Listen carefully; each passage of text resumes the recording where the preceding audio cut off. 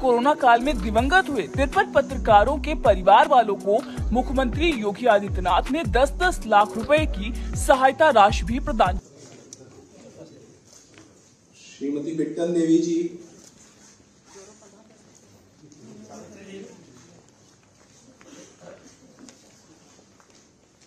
श्रीमती बिट्टन देवी जी,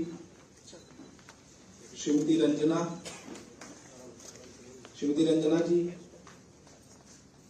श्रीमती पूनम देवी जी,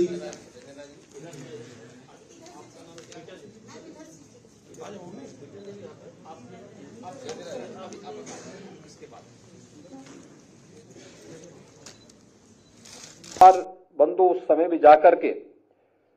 जब लॉकडाउन के बाद तमाम प्रवासी कामगार और श्रमिक आए, उनकी रिपोर्टिंग को करने, अवेयरनेस के कार्यक्रम को आगे बढ़ाने, जागरूकता के साथ लोगों को इस पूरे अभियान के साथ जोड़ने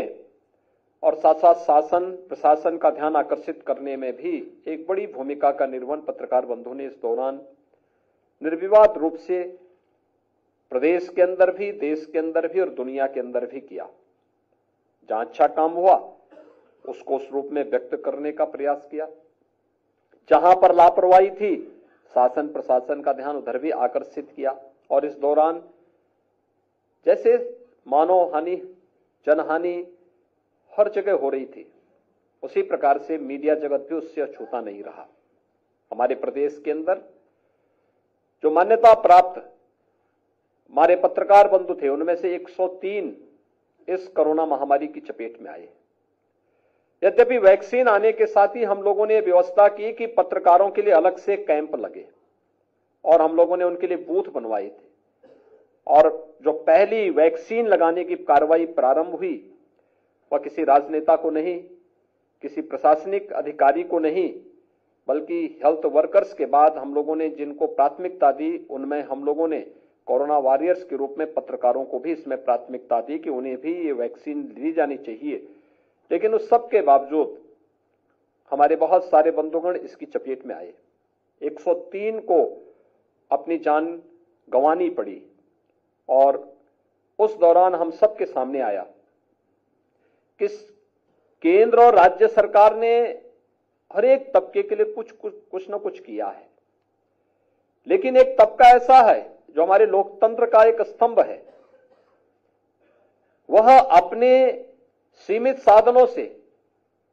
अपनी जान की परवाह के बगैर शासन प्रशासन का ध्यान भी आकर्षित कर रहा है, एक प्रकार की जन सेवा का कार्य कर रहा है, अपने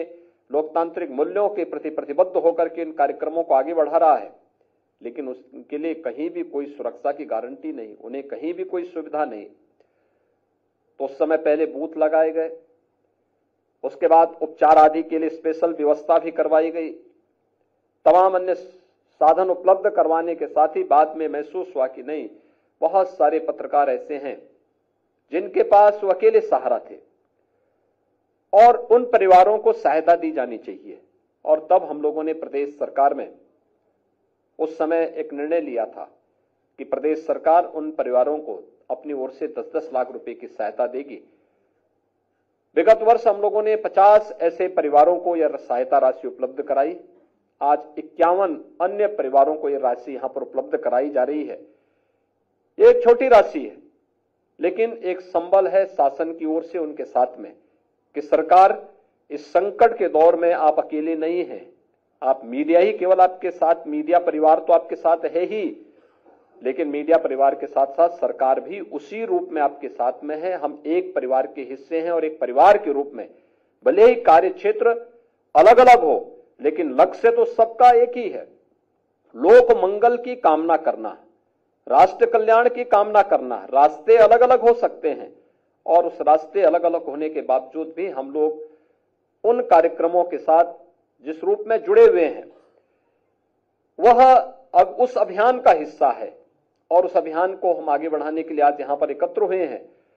कि जहां पर उन 51 परिवारों को यह राशि उपलब्ध कराई गई है। 2 परिवार उनके जो आश्रित थे उन दिवंगत हुए हैं। मैंने सूचना विभाग से कहा है कि उनके परिवार में जो भी बचा है, उनके बच्चे होंगे, उनके भी परिवार में कोई होगा तो उन परिवारों को ही वह राशि अवश्य उपलब्ध करवाने की कार्रवाई भी जरूर हो जाए। इसके साथ ही मैं दिवंगत पत्रकारों के परिवारजनों को इस बात के लिए भी आश्वस्त करता हूं कि जिनके बच्चे छोटे होंगे, निराश्रित हैं, उन्हें अन्य शासन की योजनाओं के साथ भी जोड़ने की कार्रवाई के साथ हम आगे बढ़ेंगे। खासतौर पर निराश्रित महिला पेंशन की कार्रवाई जहां पर दी जानी है, इस कार्रवाई को सूचना विभाग ही अपने स्तर पर आगे बढ़ाने का कार्य करें। जो बच्चे स्कूल कॉलेजेस में पढ़ रहे हैं, मुख्यमंत्री बाल सेवा योजना के अंतर्गत 4,000 रुपए की मासिक जो उनको राशि उपलब्ध करवाई जा रही है, उस योजना के साथ उन्हें आच्छादित करने का कार्य हो, या फिर पीएम निधि के साथ में जोड़ने के लिए भी एक कार्रवाई कि बच्चे 23 साल के हो जाएं तो उसके बाद वे आर्थिक रूप से स्वावलंबन के पथ पर अग्रसर हो सके, वहां जोड़ने की कार्रवाई उनके साथ हो जाए। तो वास्तव में केवल वह अपने को अलग थलग महसूस नहीं करेगा, वह भी अपने को मानेगा कि मैं भी इस व्यवस्था का पार्ट हूं, और उस व्यवस्था के अंग के रूप में वह भी मजबूती के साथ अपने आप को जोड़ पाएगा। और यह संकट का दौर था। संकट के इस दौर में ये लड़ाई आपकी अकेले नहीं, हमारे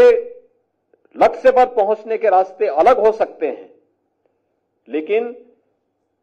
उद्देश्य समान है, और उस समान उद्देश्य के लिए हम समान रूप से उस संकट के दौर में आपके साथ सहभागी बनकर के पूरे रूप से संवेदनशील तरीके से अपनी पूरी संवेदना को आपके साथ व्यक्त करने के लिए आज यहाँ पर एकत्र हुए हैं। लेकर आपका क्या कुछ कहना है, कमेंट करके जरूर बताइएगा।